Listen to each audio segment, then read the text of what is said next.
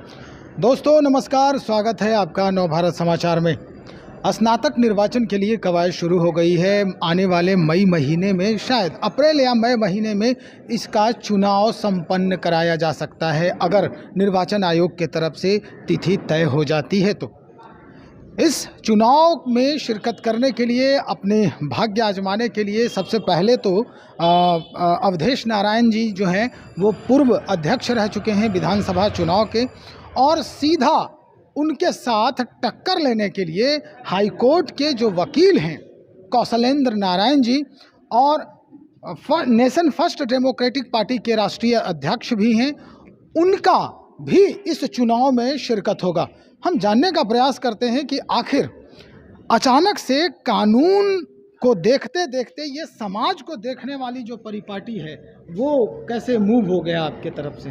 देखिए, सर्वप्रथम तो आपके चैनल और आपके प्रति मैं आभार व्यक्त करता हूं, बहुत धन्यवाद। जो इस मुद्दे पर मेरा राय जो है उसको जानने के लिए आप आए हैं।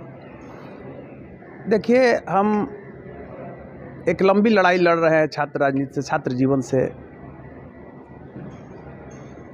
मैं शैक्षणिक संस्थान में नौकरी करता था, गवर्नमेंट जॉब में था, उसको छोड़ करके आए, अखबार की दुनिया में रहे, फिर न्याय के क्षेत्र में आए।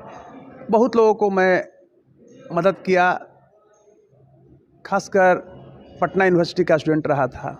उस समय बिहार में पटना यूनिवर्सिटी सर्वोच्च यूनिवर्सिटी मानी जाती थी। उधर क्यों चले गए? तो अब देखिए, होता है क्या ना कि विदाउट जनप्रतिनिधि हम लोग सेवा ज़्यादा से ज़्यादा नहीं दे सकते हैं। एक क्षेत्र चुने हैं गया स्नातक, इसलिए एक मैं अहम आपके सामने सवाल रख रहा हूँ पब्लिक की तरफ से। बहुत लोग पूछा कि सर, गया से अगर आप चुनाव लड़ रहे हैं तो मैंने काफ़ी सोच विचार करके निर्णय लिया चुनाव लड़ने का, और मास स्तर पर मैं कार्य कर रहा हूं। हमारे लोग कार्य कर रहे हैं, हम क्या करेंगे? हमारे लोग, मेरा जो टीम है, एक लंबी टीम है। मेरा भी लगभग 2.5 दशक का छात्र जीवन से लेकर के आज तक के इतिहास में, आज तक टिल नाउ, एक लंबा सफ़र रहा है समाज सेवा का।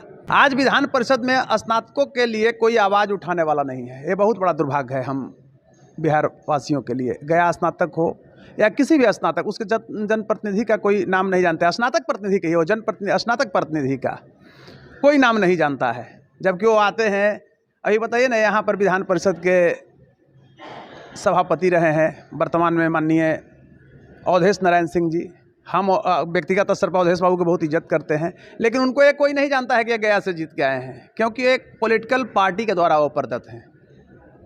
बीजेपी के कैंडिडेट थे और वो बीजेपी के लिए काम भी किया, यानी एक पार्टी का वो मतलब सिर्फ चेहरा रहे।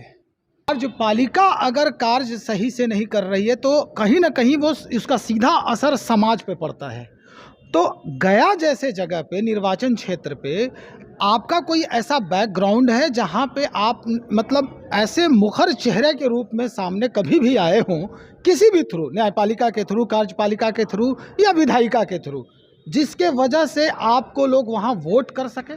बिल्कुल, आपको मैं बता रहा हूँ, हम सिर्फ गया में सिमटना नहीं चाहते हैं। गया में सिर्फ गया जिला नहीं है, वो तो मेरा गृह जिला है। हम तो चाहता है बक्सर, आरा, भभुआ, कैमूर, पूर्णिया, कटिहार, बेगूसराय, माने पूरे बिहार। यहाँ से निकलिएगा तो हम अदर स्टेट में चर्चित हैं, सेवा की है अदर स्टेट में, राष्ट्रीय स्तर पर हम कार्य किए हैं।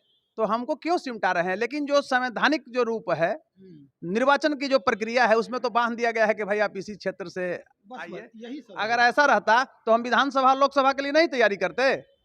लेकिन मैं क्या किया कि नहीं, मुझे गया स्नातक निर्वाचन क्षेत्र से जो एमएलसी का चुनाव है उसमें अहम भूमिका अदा करनी है, एक वहाँ के प्रतिनिधि बन करके विधान परिषद और विधानसभा में आकर के। क्या होगा सर, अहम मुद्दा क्या होगा आपका? देखिए, मैं बताता हूँ, शैक्षणिक स्थिति को सर्वप्रथम सुधारना मेरी पहली मुद्दा होगी। आपको मैं बता रहा हूँ, 20 फरवरी 2020 को मैंने इसी हाई कोर्ट से माननीय चीफ जस्टिस संजय करोल साहब के बेंच से, जस्टिस एस कुमार के बेंच से मैंने ऑर्डर कराया 340 करोड़ का लेबोरेटरी अपग्रेडेशन घोटाला। वो सर्वप्रथम गया से ही शुरुआत था और जहानाबाद से। आरा बक्सर से, ज़्यादा इधर लोग खाए हैं। उसमें मैं रिट दायर किया यहाँ, और रिट में मेरे पक्ष में फैसला हुआ बिहार के लिए। और फैसला होने के बाद मैं बता रहा हूँ ये सरकार कितनी निरंकुश है, कितनी माने, मैं नाम लेकर का नीतीश जी कितना माने क्या हम बताएं, संवेदनहीन है, जो आज तक उसमें गिरफ्तारी नहीं हुई। आरा में कुछ लोगों की गिरफ्तारी हुआ था कि 5 लाख रुपया लेबोरेटरी अपग्रेडेशन के लिए पैसा दिया गया था विद्यालय में, और 3 लाख रुपया सामान अपग्रेडेशन के लिए दिया गया था। लेबोरेटरी अपग्रेडेशन में मैं आपको हंसने की बात कर रहा हूं, ये लोग इंटरप्राइजेस से नियम है कि उसमें केमिकल चाहिए था। दूसरा मुद्दा क्या होगा आपका?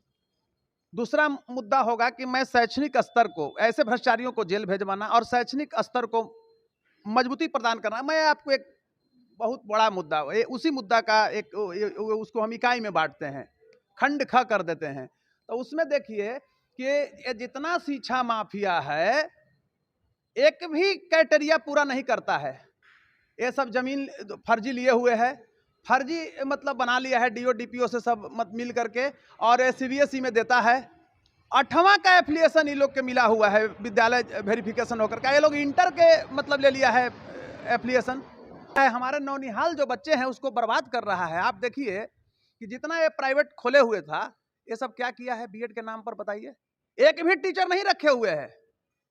24 शिक्षक रखना है, ये लोग 4 शिक्षक और 5 शिक्षक पर मतलब कॉलेज चला रहा है। और छात्र हित में और क्या करेंगे? छात्र हित में मैं रोजगार सृजन कराऊंगा, प्रमंडल स्तर पर, जिला स्तर पर, अनुमंडल स्तर पर, सरकारी और प्राइवेट दोनों को मतलब कोलैबोरेशन करवा दूंगा।